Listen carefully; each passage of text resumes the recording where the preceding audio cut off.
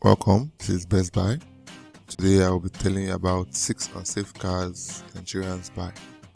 Before we go into that, please subscribe to this channel by clicking the subscribe button below the video or click the tiny red button on the screen and click subscribe. First car is the Mercedes A60 1997 edition. Most times you hear people saying Benz or nothing.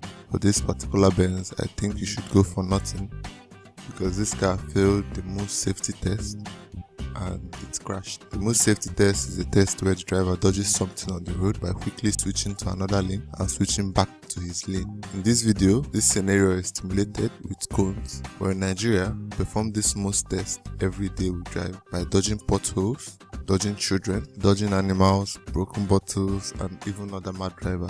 The second car is the Mazda MPV. For the years 2000 to 2006. This car is largely associated with family. From its crash test, its side crash evaluation was poor and its frontal crash test shows possibility for head injuries or neck injuries if not death. Also, we can see tires pushed back, which can lead to leg injuries and also trap the occupants of the car in case of a crash. This is a problem because of how slow our emergency response systems are. Third car is the Nissan NP300. This is one truck that looks so rugged and strong, scored a 0 on safety rating. The entire structure of this car collapses, allowing the whole energy of the crash to get into the car, which can lead to death, and even if the owner survives, he might be trapped. So if you own this car, it's not safe to be driving recklessly.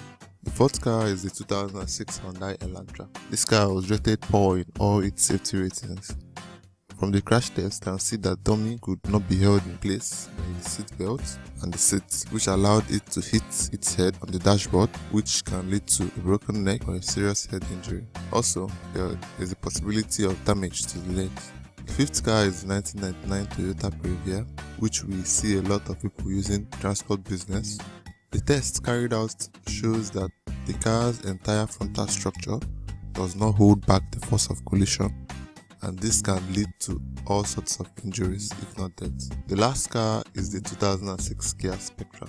This car performed moderately okay, but the reason it's on this list is because of its high number of deaths per million owners in the US. In the US, this car had 191 deaths per owner. This high fatality is mostly because of its size. In conclusion, bigger cars are safer than smaller cars.